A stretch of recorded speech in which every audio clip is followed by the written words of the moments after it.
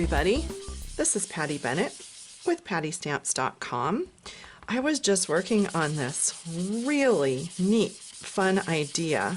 So I just thought I would share with you what I was working on. This beautiful paper from Stampin' Up. It's called Irresistibly Yours. It's already embossed, and so what I'm doing here is I'm sponging some color. I've got Wisteria Wonder, Rich Razzleberry, and Melon Mambo. And I'm putting those three colors in sort of this pretty kind of a rainbow. I'm kind of going back over, just blending those colors. Isn't this pretty? It's really pretty in person. I don't know if that's showing well on camera, but it's gorgeous in person. And since this has a glossy white print on it, those scallops are glossy white, they are resisting the ink. And so what you want to do when you're done applying color is to use a tissue or a napkin or a paper towel, whatever you want, and see how it's picking up the color that's sitting on top of the glossy white part. Because you certainly don't want that to smear when somebody picks up your project. So I just got all of that extra color off of there that's sitting on the top of the glossy white part, and so now I have this real pretty rainbow effect. And what I did with it was I took it over to my Big Shot and I took my butterfly die and I placed two of them on there, just sort of, you know, randomly. I didn't really plan too much. And when I die cut them, aren't those pretty? So it gives this real gorgeous rainbow of colors, but it has that white pattern on it, and they're also kind of sparkly because of the white glossy. And I just thought that was so fun. Of course, when I got finished with it, I said to myself, pink and purple butterflies? So I'm going to try it next with some yellows and oranges, kind of more like a monarch butterfly. But anyway, just wanted to show you how I did that. In the background, you can probably see that I have the same effect here. And this paper is called Irresistibly Yours. It's a free selection in the Celebration catalog. You might want to pick it with your $50 order during Celebration this year. This is what it looks like in the catalog. So it kind of looks like you're getting like tan and white paper. It's not. And so I just want to make sure that you know what this paper is like.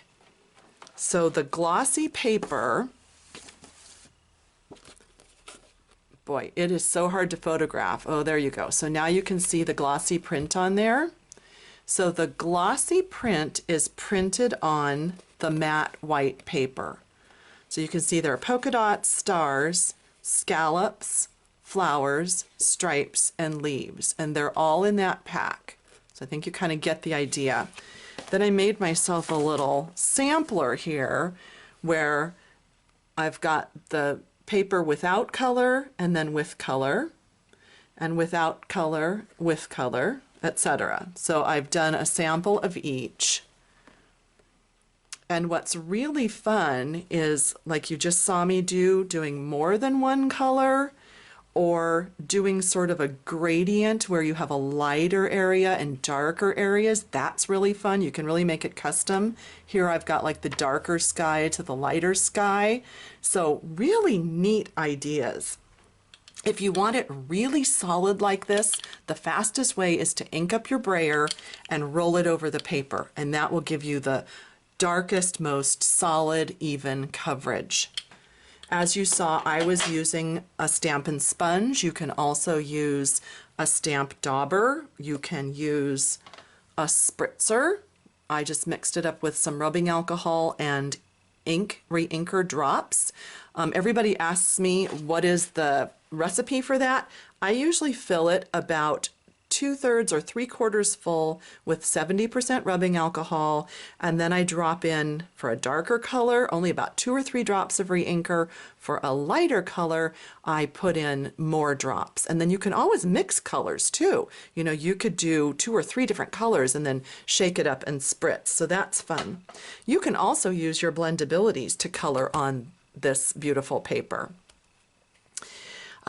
Two tips I wanted to show you about the butterflies. When you're attaching these butterflies, if you want the wings to sit up like this, what I love to do is on my Stampin' Dimensionals, I use all the way around the edge. And so I will snip off like that much of the edge, and I put that behind the butterfly body.